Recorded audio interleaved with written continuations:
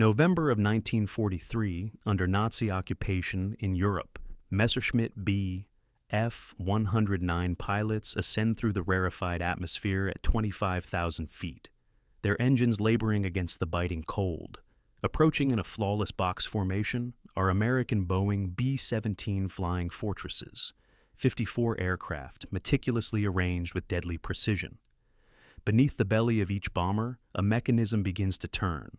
Sperry ball turrets, equipped with K4 computing gun sights and twin Browning A&M 250 caliber machine guns, stand ready to engage targets at a blistering 750 rounds per minute. The stakes are absolute. German fighter tactics must adapt or perish. Oberleutnant Friedrich Beckmann of Jagdgeschwader 26 pitches his Focke-Wulf FW-190 into a steep dive, his sights locked onto the leading B-17 of the formation as it approaches the roaring valley. His squadron has tangled with American bombers countless times before, but today, an unsettling difference permeates the air. The defensive fire seems unusually coordinated, far more lethal, as if the flying fortresses have sprouted new fangs. Through his gun sight, Beckmann observes streams of tracer fire erupting from every conceivable angle, even from directly below the bombers, a direction where no guns should logically exist. The Sperry Corporation of Lake Success, New York, had successfully resolved an engineering quandary that seemed insurmountable in 1942. The challenge? How to integrate a human operator, 2 substantial machine guns, 500 rounds of ammunition, and an advanced computing site into a spherical enclosure merely 35 feet in diameter. The solution necessitated revolutionary ingenuity. Hydraulic systems capable of a full 360-degree rotation in azimuth and 85 degrees in elevation, armor plating impervious to 20mm cannon shells, and optical glass resilient enough to withstand the shock of sustained machine gun fire.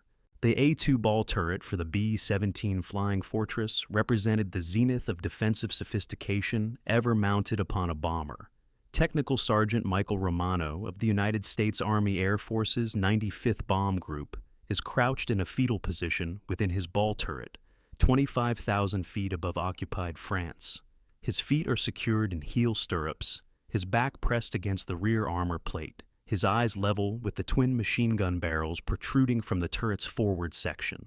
The K4 computing gun sight glows, its illuminated reticle lines automatically calculating deflection angles and bullet drop, as Romano tracks a Messerschmitt BF-109 climbing towards his formation from below. The German pilot likely presumes he is approaching an undefended blind spot. Yet Romano has been anticipating precisely this angle of attack. The statistics compiled from November of 1943 through April of 1944 would later astound both American and German intelligence analysts.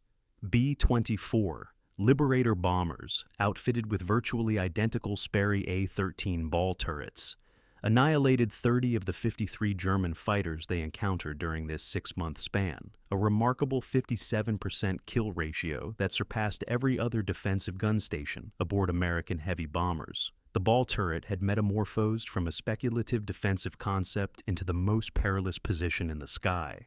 However, these figures remained classified until long after the conclusion of the war.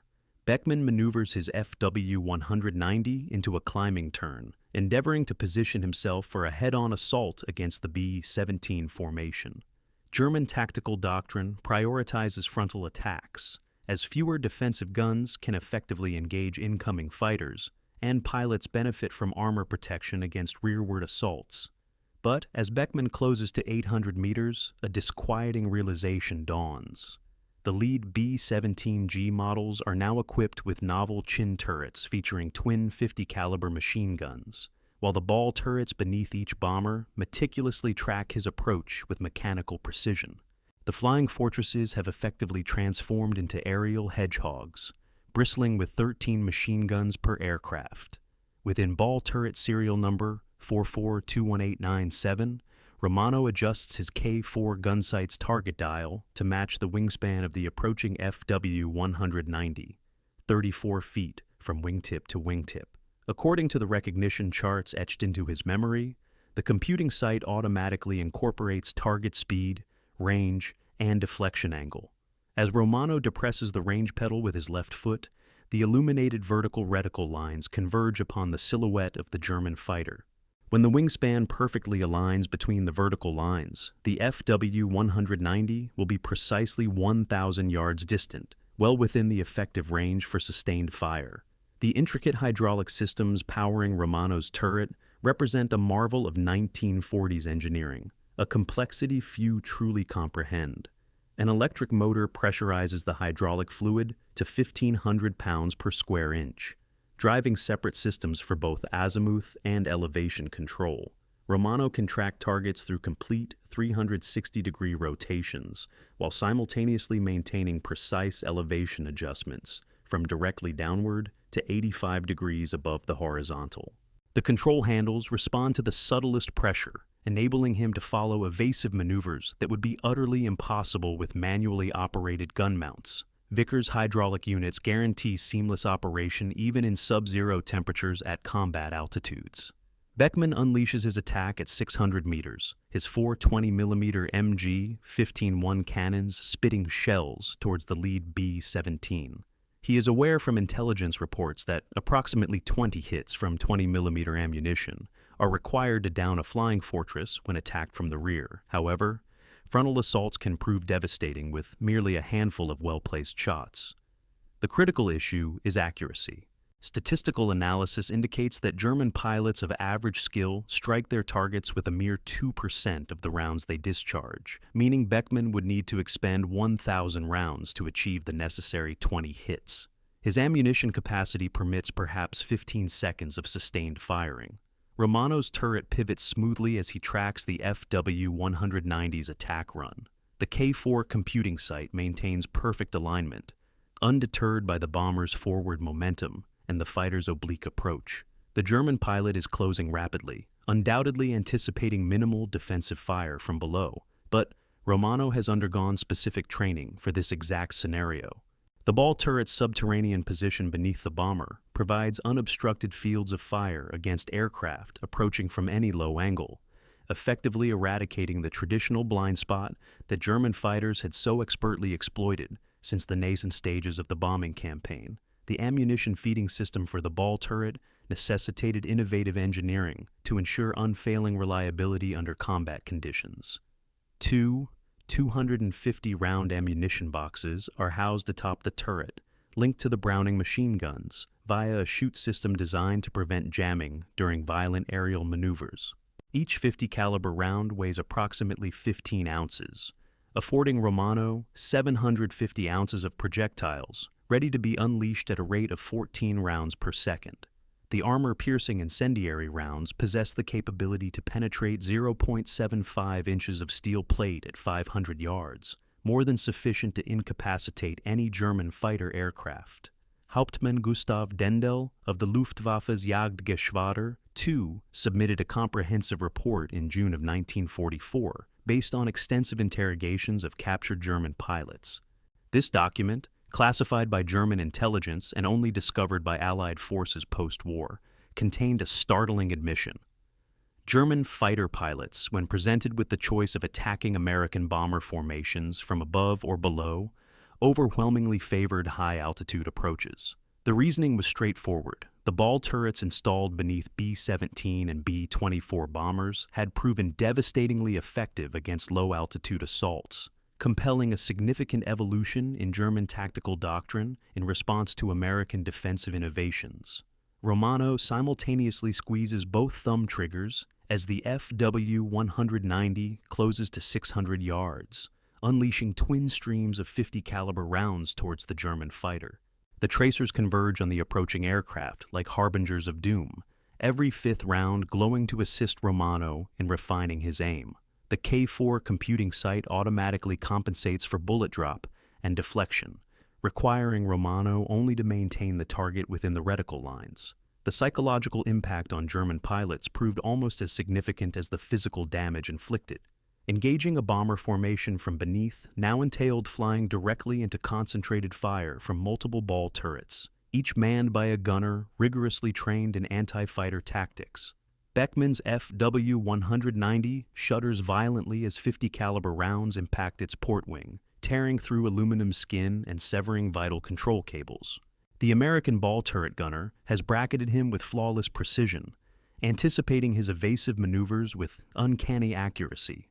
Additional tracer rounds streak past his canopy from other ball turrets within the formation, creating a formidable cone of fire that would challenge even the most seasoned German pilot. This is far from the facile target he anticipated when initiating his approach from below.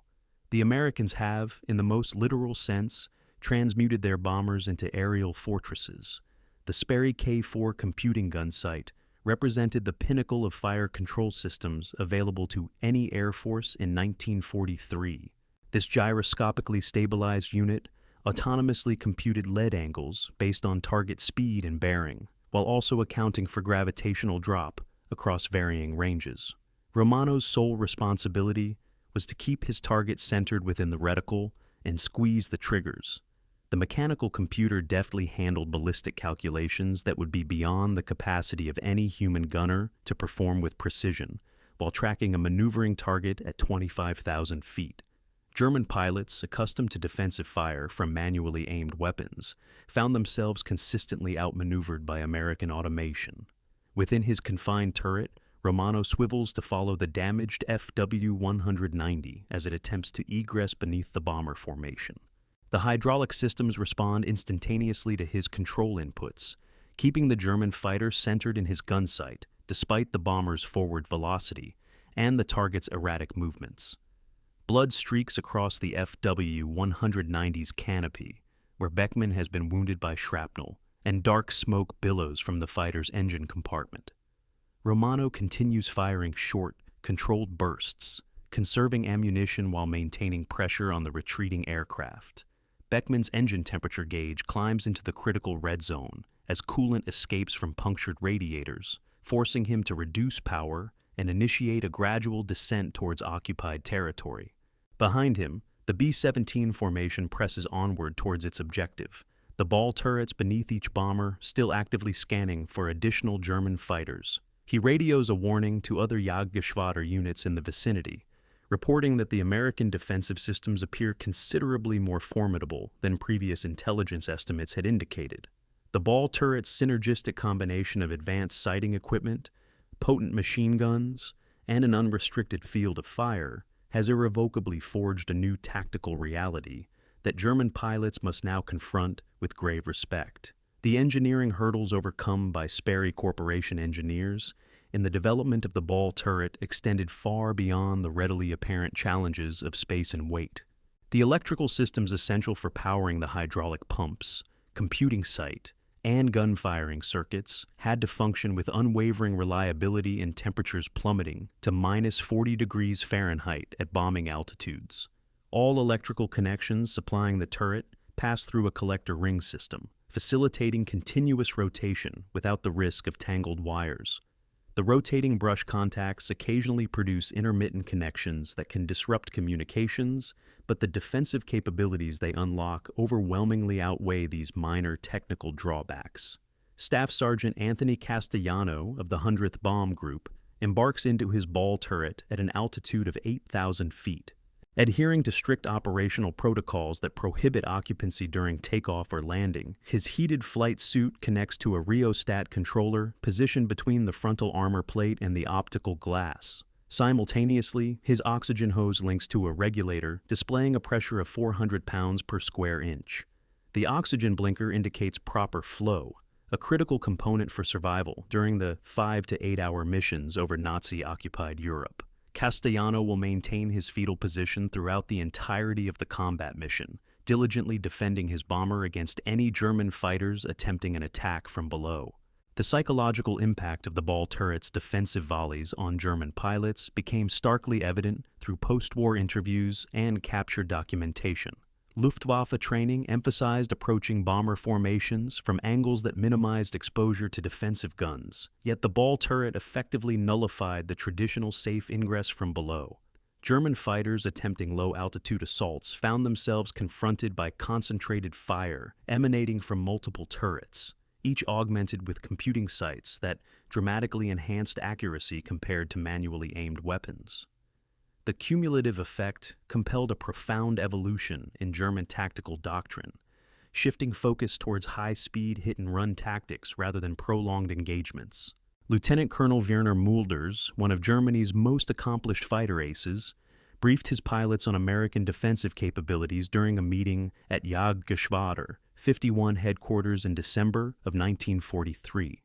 Captured Luftwaffe documents reveal his assessment that B-17 ball turrets presented a significant tactical obstacle necessitating the development of novel attack methodologies. Mulders underscored that German pilots could no longer regard the underside of bomber formations as a defenseless blind spot.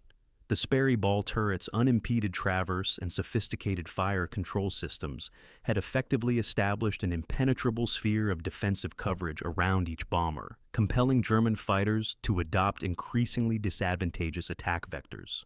Castellano secures his safety strap and closes the turret hatch, sealing himself within the armored sphere for the duration of the mission. The interior padding surrounding the armor plate offers minimal comfort during extended flights, but the protection it affords against shell fragments and small arms fire has been instrumental in saving countless lives.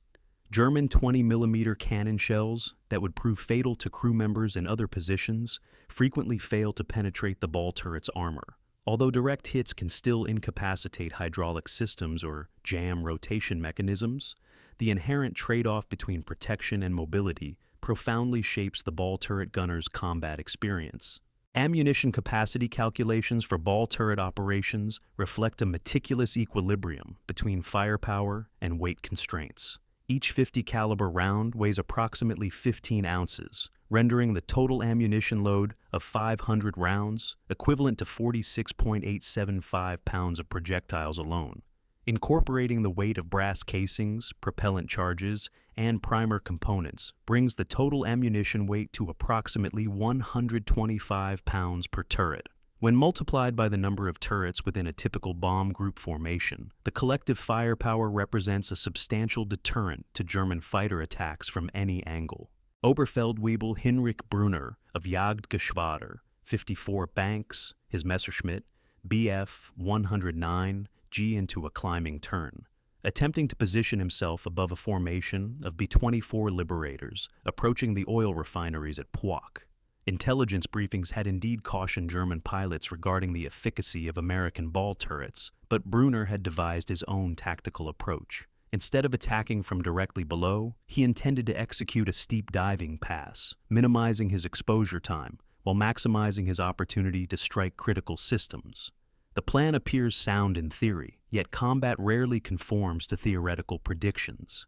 Within the lead B-24, Technical Sergeant Robert Kowalczyk operates the A-13 retractable ball turret, a more advanced variant engineered for the Liberator's tricycle landing gear configuration. Unlike the B-17's fixed ball turret, the A-13 system retracts entirely into the lower fuselage during takeoff and landing, ensuring adequate ground clearance while preserving full defensive capability during flight operations. The retraction mechanism, while adding complexity, eradicates the risk of turret damage during emergency belly landings, a significant operational advantage when engaging heavily defended targets. Brunner's diving assault brings him within range of multiple ball turrets simultaneously, each meticulously tracking his descent with mechanical precision. The combined firepower of 6 A-13 turrets creates a devastating cone of destruction that would challenge any fighter pilot, irrespective of their experience or aircraft's performance capabilities.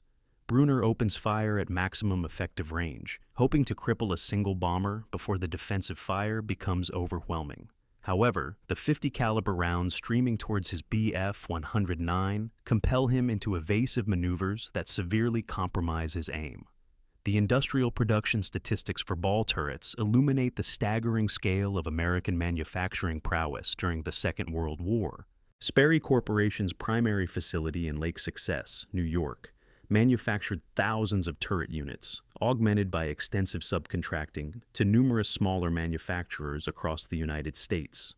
The intricate hydraulic systems necessitated precision machining capabilities achievable only by a fully industrialized nation thereby equipping American bombers with defensive systems that German or Japanese aircraft manufacturers could not replicate. The technological disparity widened as the war progressed, with American innovations consistently outpacing Axis countermeasures. Kowalczyk's K4 computing site locks onto Brunner's Bf-109. The German fighter initiates its diving attack, and the system automatically calculates the complex ballistic solution required for accurate engagement of a high-speed target. The illuminated reticle lines perfectly frame the enemy aircraft, indicating the optimal range for sustained fire. Kowalczyk depresses both triggers, unleashing twin streams of armor-piercing incendiary rounds towards the German fighter at a combined rate of 1,500 rounds per minute. The psychological impact on attacking pilots proves as significant as the physical damage, forging a defensive barrier that German tactics struggle to surmount. Crew coordination, essential for effective ball turret operation, extends beyond individual gunner proficiency to encompass the bomber's entire defensive system. Radio communication between turret gunners facilitates coordinated tracking of enemy fighters, ensuring no attacking aircraft evades defensive coverage. The ball turret gunner often serves as the primary spotter for attacks originating from below, relaying target positions to other crew members while maintaining his own engagement.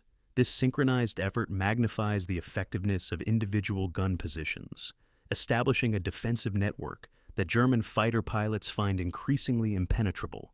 Brunner's Bf-109 shudders under the repeated impact of multiple 50 caliber rounds.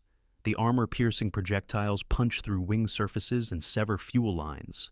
His aircraft begins to trail vapor as aviation gasoline leaks from punctured tanks, creating a visible plume that other American gunners can readily track.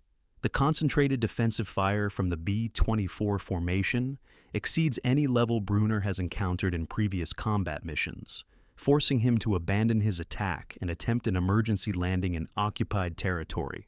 The ball turrets have effectively neutralized his fighter without necessitating escort aircraft or evasive maneuvers by the bombers themselves.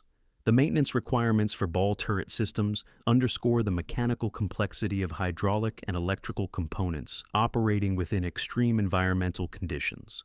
Ground crews must diligently monitor hydraulic fluid levels, inspect electrical connections, meticulously clean optical glass, and test rotation mechanisms before each operational sortie. The K4 computing sites demand precise calibration to preserve accuracy, while the machine guns require regular cleaning and headspace adjustments to prevent malfunctions. Despite these demanding maintenance protocols, ball turret reliability rates consistently exceed 90% during combat operations, a testament to the robust engineering inherent in their design. Flight Sergeant David McPherson of the Royal Air Force meticulously evaluates captured German intelligence documents at a British analysis center in early 1944. These reports, procured through various intelligence channels, contain detailed assessments of American ball turret effectiveness, penned by Luftwaffe pilots who survived encounters with B-17 and B-24 formations. The German analysis corroborates what Allied operational statistics had already strongly suggested. Ball turrets have revolutionized the strategic landscape of daylight aerial assaults, compelling adversary aviators to adjust their maneuvers or face overwhelming defensive volleys. Declassified intelligence from German sources indicates a deliberate, organized initiative by Germany to devise countermeasures against American spherical gunnery installations. Proposed solutions range from equipping interceptors with more potent artillery to developing missile systems capable of engagement from a distance, alongside adaptations to attack methodologies aimed at minimizing exposure to turret fire. Nevertheless, the industrial might necessary to implement these countermeasures far surpasses Germany's capacity to manufacture the requisite quantities of modified aircraft. The efficacy of the ball turret isn't solely attributable to its advanced engineering. It is also a testament to America's unparalleled ability to produce sophisticated systems in mass quantities, outpacing Germany's counter-development efforts. Sergeant First Class Joseph Nakamura, a member of the celebrated 442nd Regimental Combat Team, conducted interviews with captured German aviators at a detention facility in Italy in March of 1944. The intelligence gathered focused on Germany's strategic adjustments to American defensive technologies, particularly the repercussions of ball turret deployment on aerial attack patterns. German pilots consistently reported that approaching bomber formations from below had become exceedingly perilous, compelling them to undertake head-on assaults, thereby exposing their aircraft to a concentrated barrage from multiple gun emplacements. This tactical shift appears to have had a psychological toll as significant as the physical damage, with German flyers expressing a palpable reluctance to engage bomber formations unless absolutely unavoidable.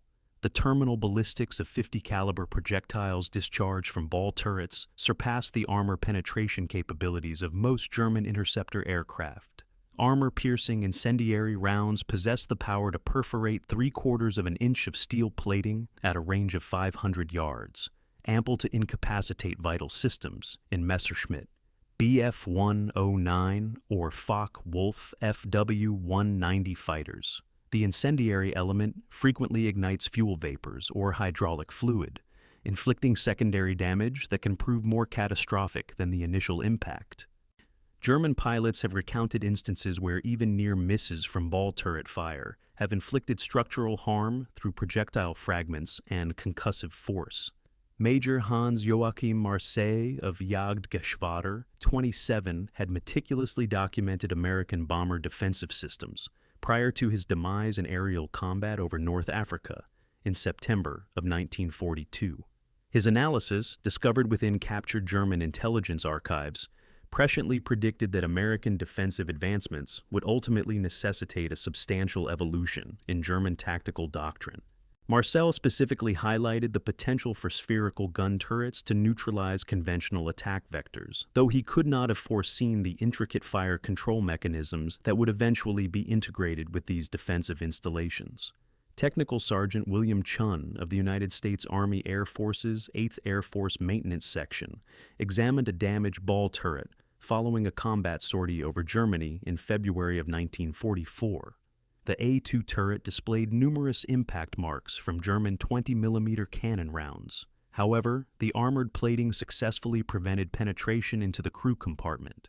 The hydraulic systems continued to function nominally despite external damage, thereby preserving the turret's full defensive capability throughout the mission. This resilience to damage represents one of the ball turret's most crucial attributes, ensuring operational continuity even after enduring impacts that would have rendered other defensive systems inoperable.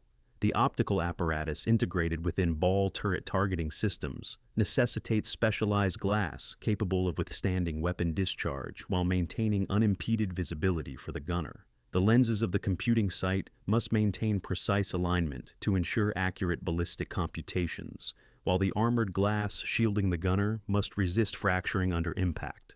The fabrication of these optical components demanded industrial expertise possessed by only a handful of nations during the Second World War, conferring upon American bombers a technological advantage that German or Japanese forces could not readily replicate.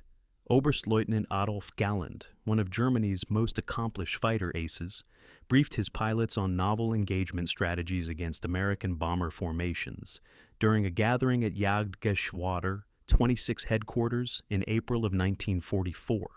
Intercepted German intelligence revealed Galland's assessment that traditional attack methods had become obsolete owing to the enhanced effectiveness of American turrets against low-altitude approaches. He emphasized the necessity for high-velocity hit-and-run assaults, minimizing exposure to defensive fire, acknowledging that protracted engagements now favored the heavily armed American bombers. The selection criteria for ball turret gunners prioritized physical stature and psychological fortitude, given the intensely confined operational environment. Candidates had to be sufficiently diminutive to occupy the 3.5-foot diameter sphere comfortably, while maintaining mental composure during extended periods of isolation from the remainder of the air crew. The necessitated fetal position for operation could induce circulatory issues and muscular cramps during prolonged sorties, making physical conditioning a significant factor in selection. Notwithstanding these challenges, positions as ball turret gunners attracted volunteers due to comparatively lower casualty rates in contrast to other bomber crew roles. Lieutenant Commander Alessandro Guidoni of the Italian Royal Navy analyzed American bombing missions, targeting Italian objectives from his command center in Rome during August of 1943. His reports, later secured by Allied intelligence, contain detailed observations of B-17 and B-24 defensive systems, including specific commentary on ball turret efficacy. Guidoni noted that Italian fighter pilots had encountered considerable difficulty in attacking American bombers from beneath due to concentrated defensive fire, compelling a revision of Italian tactical doctrine to prioritize frontal assaults despite their inherent risks. The Italian assessment corroborated similar German conclusions regarding the impact of ball turrets on fighter tactics. The electrical power demands for ball turret operation were met by the bomber's primary electrical grid, imposing an additional burden on generators that also supplied radio apparatus, navigation instruments, and other turret functions. The hydraulic pump motor required 24-volt direct current at significant amperage, while the computing site necessitated regulated voltage for precise functionality. Electrical malfunctions could impair the turret's rotational capability, compelling gunners to manually traverse the system, utilizing backup mechanical controls. These auxiliary systems ensured sustained defensive capacity, even in instances where primary power sources failed due to combat damage. Captain Luigi Guerini of the Italian Regia Aeronautica ascended to intercept altitude in his Machi C-22 Folgore as American B-17 formations approached the Italian mainland in September of 1943. Guerini had already achieved numerous successes against Allied aircraft, but the concentrated defensive fire from bomber formations presented formidable challenges for single-engine fighters. The ball turrets positioned beneath each B-17 tracked his approach with mechanical precision, compelling him to attempt frontal assaults that exposed his aircraft to simultaneous fire from multiple gun positions. The procedures for replenishing ammunition for ball turrets during combat missions necessitated meticulous coordination among crew members due to the restricted space and limited access. Fresh ammunition belts had to be fed through the chutes while the turret remained operational, frequently during active engagements when German fighters threatened the formation. Ground crews loaded additional ammunition containers within the fuselage above the turret. However, accessing these reserves in flight required the gunner to temporarily vacate his post. This vulnerability created complex tactical dilemmas during extended combat engagements. Guerini opened fire at maximum range, his three 12.7mm machine guns and single 20mm cannon unleashing projectiles toward the lead B-17. The American ball turret gunner responded instantaneously, tracking Guerini's Machi with the precision of a computing site while unleashing sustained bursts from twin 50-caliber machine guns. The superior firepower and accuracy of the American defensive system swiftly became evident as 50-caliber rounds struck Guerini's aircraft, forcing him into evasive maneuvers that compromised his own aim. The psychological repercussions proved as significant as the physical damage, inducing stress levels that impaired pilot performance. The temperature regulation systems for ball turret gunners became paramount during high-altitude operations, where external temperatures could plummet to minus 60 degrees Fahrenheit. Electrically heated flight suits connected to rheostats regulated current flow, preventing both hypothermia and overheating during protracted missions. The power consumption of the heated suits added to the electrical load on the bomber's generators. However, casualties from hypothermia among ball turret gunners would have been catastrophic without this safeguard. German fighter pilots often underestimated the American capacity to maintain effective defensive fire at extreme altitudes, failing to realize that American technology enabled sustained operations in conditions that would incapacitate unprotected crews. Staff Sergeant Richard O'Sullivan of the United States Army Air Force's 15th Air Force tracked a formation of Italian Machi C-22 fighters approaching his B-24 formation over southern Italy in October of 1943. His A-13 ball turret rotated smoothly as he followed the lead fighter's approach. The K-4 computing site automatically calculated deflection angles and range estimations.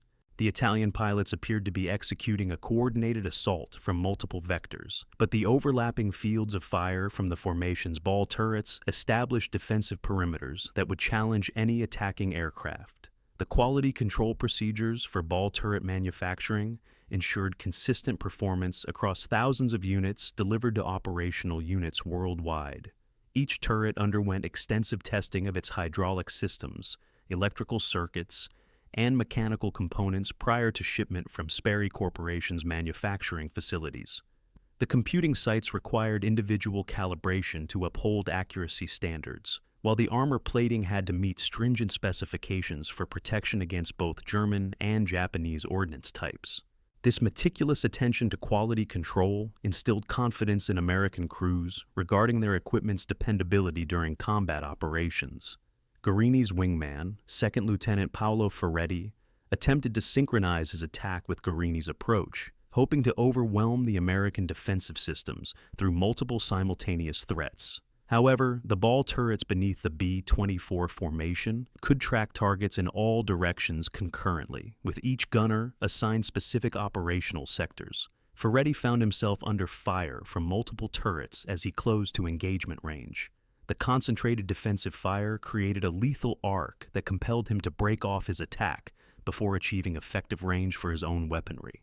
Combat effectiveness statistics for ball turret operations indicated substantial improvements in bomber survivability subsequent to the widespread deployment of these systems. The 57% attrition rate achieved by B-24 ball turrets against German fighters between November of 1943 and April of 1944 represents the highest success rate of any defensive gun emplacement on American heavy bombers. These figures, coupled with similar data from B-17 operations, demonstrate that the ball turret concept has fundamentally reshaped the tactical dynamics of daylight bombing missions over Europe. O'Sullivan squeezed his triggers as Ferretti's Machi traversed his line of sight. The twin 50-caliber machine guns discharged armor-piercing incendiary rounds toward the Italian fighter at a rate of 750 rounds per minute. The computing site maintained flawless tracking despite the bomber's forward momentum and the target's evasive maneuvers, enabling accurate fire that would have been impossible with manually aimed guns. Ferretti's aircraft shuddered under multiple impacts, smoke billowing from its engine compartment as he attempted to disengage from the conflict. The crew coordination protocols for ball turret operations integrated these gun positions into the bomber's overarching defensive network through radio communication and designated sectors. Each gunner monitored specific zones around the aircraft, reporting enemy fighter positions to other crew members while maintaining their own defensive fire. The ball turret's unrestricted traverse capability allowed gunners to support other positions when their assigned sectors were clear, creating overlapping fields of fire that amplified the formation's defensive efficacy. Technical analyses derived from captured German aircraft revealed significant modifications to fighter tactics following engagements with American ball turret systems. German maintenance logs indicated enhanced armor plating around critical components, revised attack profiles designed to minimize exposure to defensive fire, and experimental weapon systems intended for engaging bombers from greater distances. The industrial resources required to implement these modifications exceeded Germany's manufacturing capacity, fostering a technological disparity that widened as American production output escalated throughout 1943 and 1944. Master Sergeant Frank Kowalski of the United States Army Air Forces analyzed combat film footage captured by ball turret cameras at an intelligence facility in England during May of 1944. The footage consistently depicted German fighter pilots avoiding approaches from below bomber formations, corroborating the tactical impact of ball turret defensive systems. When German fighters did attempt low-altitude assaults, the film revealed accurate defensive fire that necessitated rapid disengagement or resulted in observable damage to the attacking aircraft. This intelligence provided invaluable feedback for refining ball turret tactics and training methodologies. The hydraulic fluid specifications for ball turret systems mandated specialized additives to prevent freezing at high altitudes while preserving optimal viscosity for smooth operation. The fluid had to perform reliably across a temperature range from ground-level warmth to minus 60 degrees Fahrenheit at bombing altitudes, necessitating synthetic compounds that were relatively novel in aviation applications in 1943.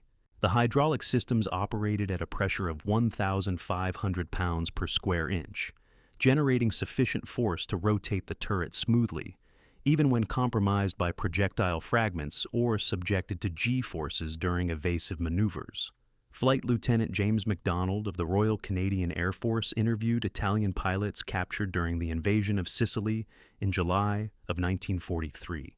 The intelligence debriefings focused on the Italian assessment of American bomber defensive capabilities, with particular emphasis on ball turret effectiveness.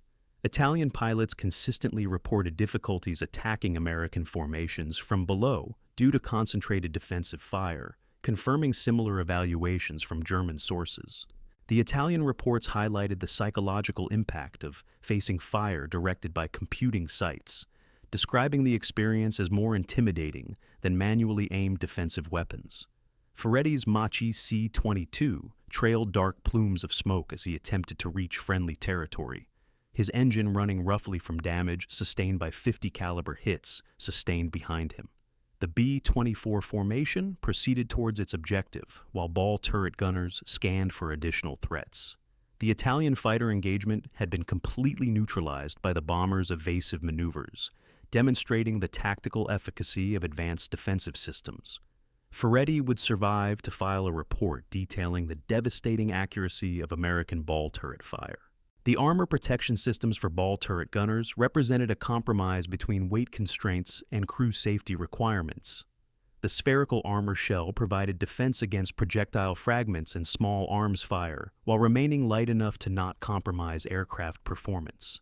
Direct impacts from 20mm cannon shells could penetrate the armor, but the curved surfaces tended to deflect projectiles that might have breached flat armor plates. The armor's protective quality contributed to the relatively low casualty rates among ball turret gunners compared to other bomber crew positions. Sergeant Major Antonio Benedetti of the Italian Army analyzed American bombing efficacy against Italian industrial targets from his post at military headquarters in Milan during September of 1943.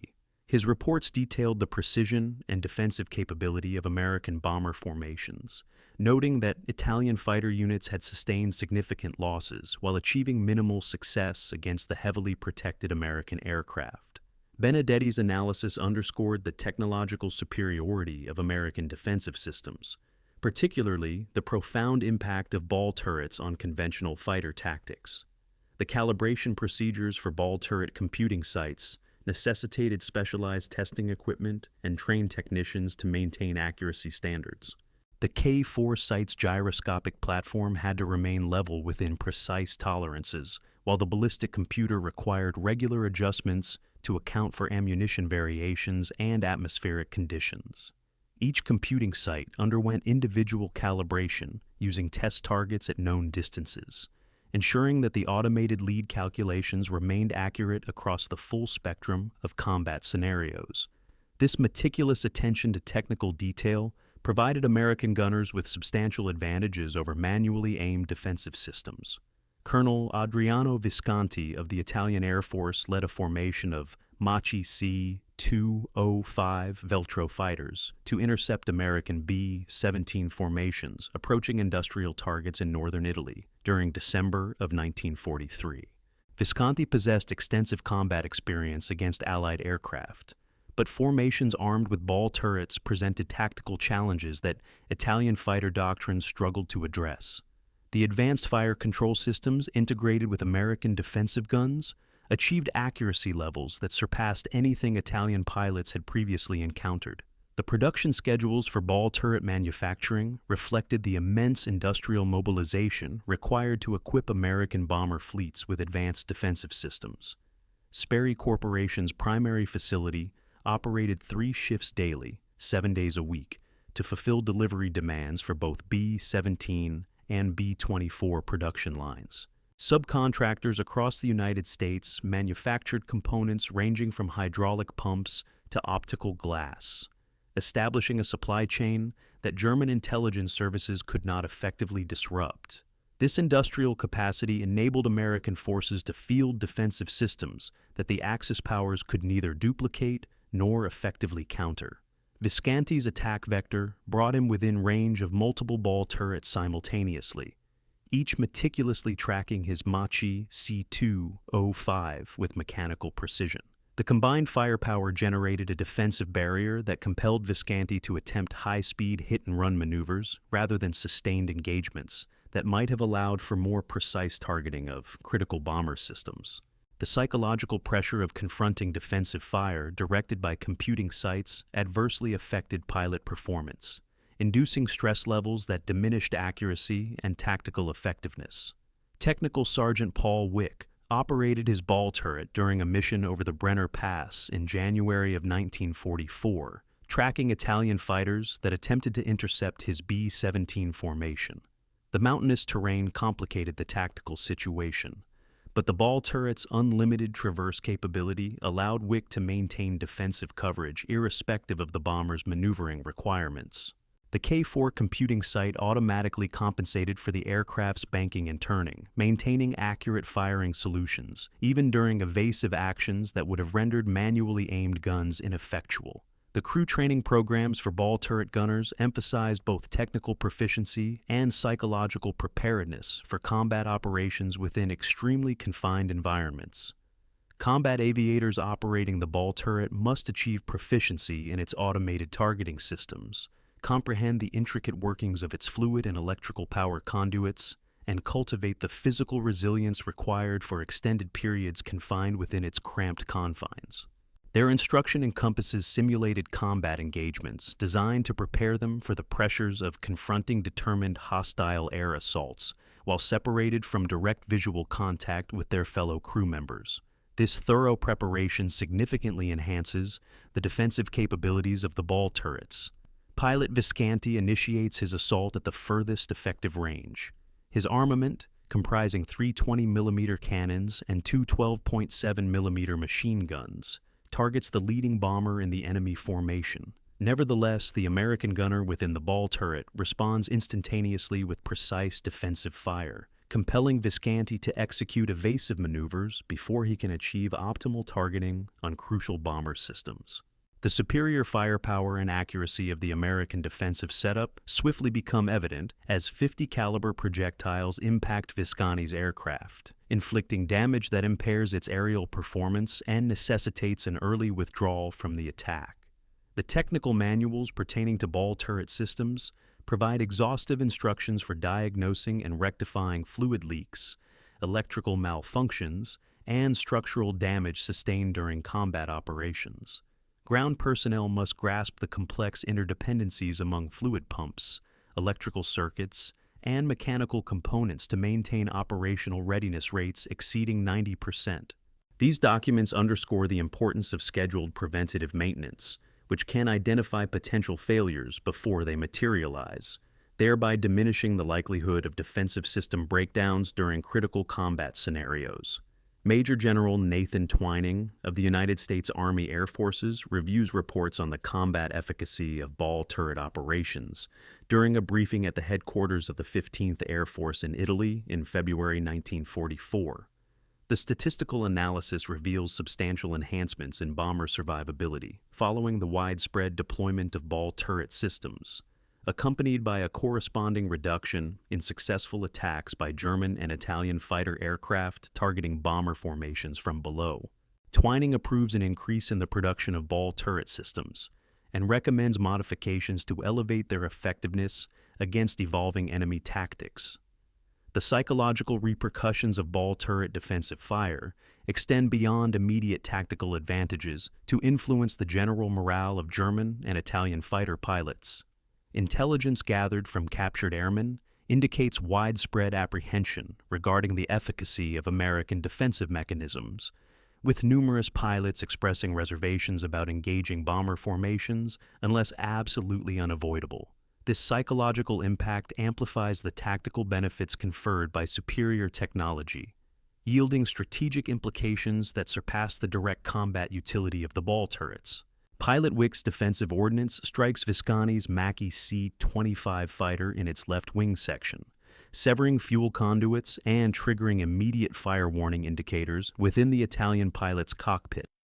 Visconti attempts to persist with his assault despite the damage, but the advancing flames compel him to abandon his aircraft and deploy his parachute to safety over Austrian territory. This engagement illustrates the ball turret's capacity to neutralize seasoned enemy aviators operating advanced aircraft, affirming the tactical superiority of American defensive innovations. The analysis of combat footage captured by ball turret gun cameras yields valuable intelligence concerning enemy fighter strategies and the effectiveness of defensive systems. The recordings consistently show German and Italian pilots avoiding approaches from beneath bomber formations, corroborating the deterrent effect of ball turret defensive fire. When enemy fighters do attempt low-altitude assaults, the film depicts accurate defensive volleys that either force their disengagement or result in visible damage to the attacking aircraft. This feedback loop facilitates ongoing refinements in ball turret tactics and crew instruction. Flight Sergeant Ian Mloud of the Royal Australian Air Force examines captured Japanese documents at an intelligence facility in the Southwest Pacific region during March 1944. The documents detail Japanese fighter pilot assessments of American B-24 defensive installations, including specific observations regarding the ball turret's effectiveness against low-altitude attacks. Japanese pilots report tactical adjustments mirroring those observed in European theaters, emphasizing high-altitude approaches that minimize exposure to ball turret fire while concurrently diminishing their own offensive impact. The electrical power distribution networks for ball turret operations necessitate redundant circuitry and backup generators to ensure uninterrupted functionality in the face of combat damage. The primary electrical source is derived from engine-driven generators, though auxiliary power units can sustain critical systems should the main power falter. The targeting computer requires a stable voltage supply for accurate computations, while the hydraulic pump motor demands substantial current capacity. These electrical demands represent considerable engineering hurdles that American manufacturing capabilities have successfully overcome. Captain Saburo Sakai of the Japanese Navy evaluates the defensive capabilities of American bombers following his engagement with B-24 formations over Rebel in August 1943. Sakai's report, later intercepted by Allied intelligence, describes the concentrated defensive fire emanating from ball turret installations as more precise and sustained than any previously encountered by Japanese aviators.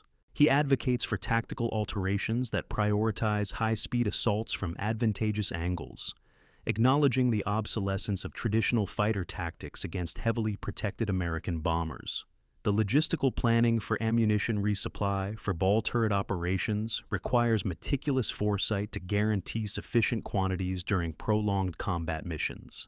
Each turret is initially equipped with 500 rounds, but sustained combat can deplete this supply in less than 35 seconds of continuous firing. Additional ammunition containers stowed within the fuselage above the turret can be accessed in flight, but the process of reloading necessitates a temporary relinquishment of the defensive station. Ground crews must meticulously calculate ammunition needs based on anticipated enemy fighter activity and the projected duration of each mission. Warrant Officer Hiroshi Nishizawa leads a contingent of Mitsubishi A-6M0 fighters to intercept approaching American B-24 formations near Japanese positions in the Marshall Islands during November 1943. Nishizawa possesses extensive combat experience, but aircraft equipped with ball turrets present tactical challenges that current Japanese fighter doctrine is ill-equipped to counter. The advanced fire control systems empower American gunners to maintain accurate fire at distances exceeding the effective range of Japanese fighter armaments. The armor-penetrating capabilities of ball turret ammunition surpass the protective qualities of most Japanese fighter aircraft, creating a vulnerability that Japanese pilots must seriously consider when planning their attack vectors. The 50 caliber armor-piercing incendiary projectiles can penetrate the light armor plating employed in Zero fighters. Furthermore, the incendiary element frequently ignites secondary fires within fuel systems or hydraulic lines. Japanese tactical doctrine emphasizes speed and maneuverability over armor protection, rendering their aircraft particularly susceptible to precise defensive fire from ball turret systems. Technical Sergeant Robert Chun operates his ball turret during a sortie over Japanese-occupied territory in the Central Pacific during December 1943, tracking Zero fighters attempting to intercept his B-24 formation. The Japanese pilots appear to be coordinating assaults from multiple directions, but the overlapping fields of fire from the formation's ball turrets establish defensive perimeters that challenge any attacking aircraft. Chun's K-4 targeting computer maintains unwavering tracking despite the bomber's evasive maneuvers and defensive fire. The operational protocols for crew collaboration within ball turrets on Pacific theater missions adapt European tactics to address the specific characteristics and attack methodologies of Japanese fighters.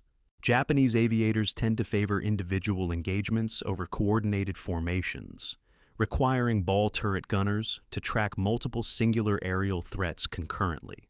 The unrestricted rotational capability of ball turret systems proves exceptionally advantageous against Japanese tactics, enabling gunners to engage targets approaching from any vector while maintaining communication with other crew members. Nishizawa's Zero fighter achieves attack range despite the accurate defensive fire from numerous ball turrets, a testament to the courage and skill that characterize Japanese fighter pilots throughout the Pacific conflict. However, the concentrated firepower from the American defensive installations inflicts damage that degrades his aircraft's performance, forcing an early withdrawal before he can deliver effective fire on critical bomber systems.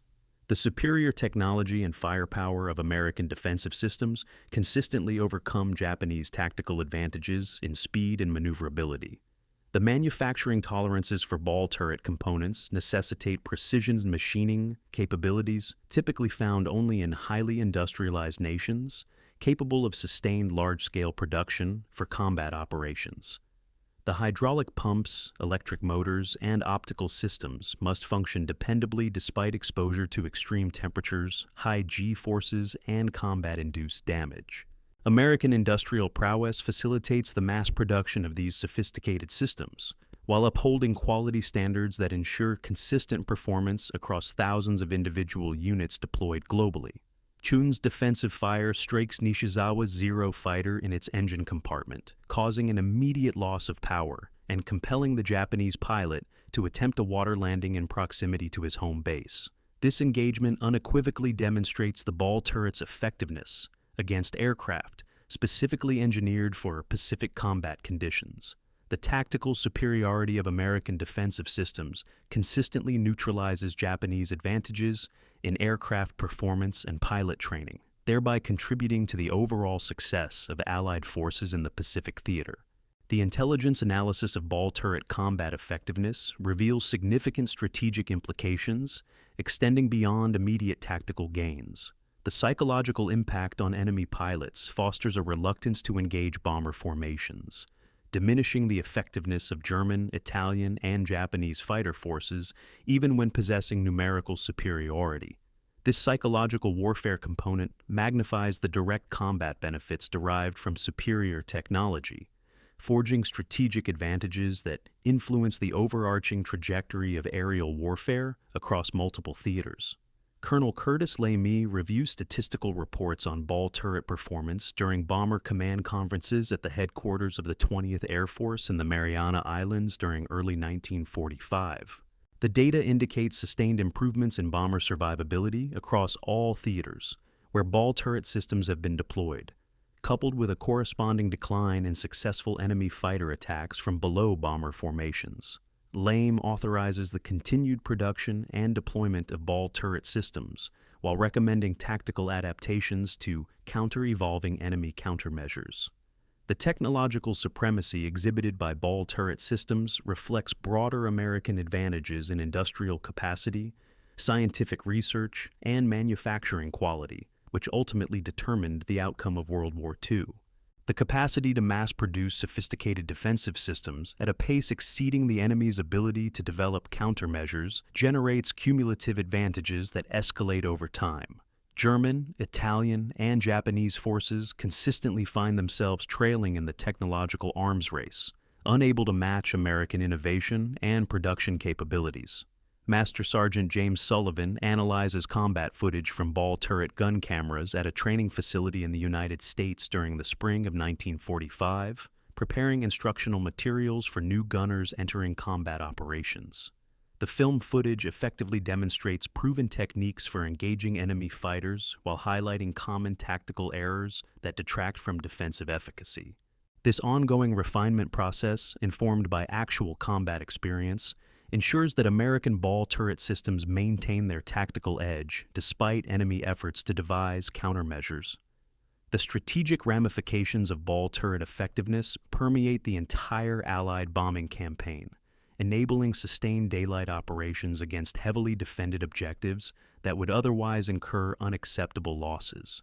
The technological superiority embodied by these defensive systems directly contributes to the Allied capacity to dismantle German industrial infrastructure, disrupt Italian transportation networks, and neutralize Japanese military installations. The combat effectiveness of the ball turret emerges as a decisive factor in achieving the air supremacy essential for Allied victory across all theaters of World War II. As the war draws to a close in 1945, ball turret systems have proven their immense value through thousands of combat missions and countless engagements with enemy aircraft. Statistical evidence, tactical analysis, and strategic implications collectively confirm that these defensive innovations fundamentally reshaped aerial combat, equipping American bomber crews with the means to accomplish their objectives despite determined enemy opposition. The technological superiority demonstrated by ball turret systems epitomizes the broader industrial and scientific advantages that paved the way for Allied triumph in history's most devastating global conflict. The concluding mission reports from ball turret gunners chronicle encounters with increasingly desperate enemy pilots flying antiquated aircraft with severely limited fuel and ammunition. German, Italian, and Japanese fighter forces have been systematically decimated through attrition warfare that favors the technologically superior Allied powers. The ball turret's contribution to this victory extends far beyond its direct combat utility, encompassing the psychological, tactical, and strategic benefits that stem from technological preeminence in modern warfare. Staff Sergeant Michael Romano closes his ball turret hatch for the final time as his B-7 approaches its home base in England, following the squadron's last combat mission in May 1945. Behind him lies a world transformed by technological advancement, where American industrial might has produced defensive systems that empowered Allied bombers to penetrate the heart of enemy territory despite formidable resistance. The ball turret's lethal effectiveness against enemy fighters has attained legendary status among both Allied crews and adversary pilots, symbolizing the technological supremacy that dictated the war's outcome. The enduring legacy of ball turret effectiveness transcends World War II, influencing post-war aircraft design, defensive system development, and tactical doctrine for subsequent generations of military aviation. The lessons acquired from targeting computer integration, hydraulic system dependability, and crew coordination protocols inform future advancements in aircraft defensive systems. The technological advantages showcased by American ball turret systems establish a precedent for maintaining air superiority through superior engineering, manufacturing prowess, and scientific research, which continue to shape military aviation development decades after the war's conclusion. Ultimately, the statistical data speaks with irrefutable clarity. German pilots were astonished by B-7 ball turret kill rates exceeding 50% in documented encounters, compelling tactical adjustments that acknowledged American technological superiority. Japanese and Italian pilots faced analogous challenges when confronting bomber formations equipped with sophisticated defensive systems that their own aircraft could not match. The ball turret's devastating effectiveness represents more than mere engineering excellence. It embodies the industrial and scientific capabilities that facilitated Allied victory in the most significant conflict of the modern era.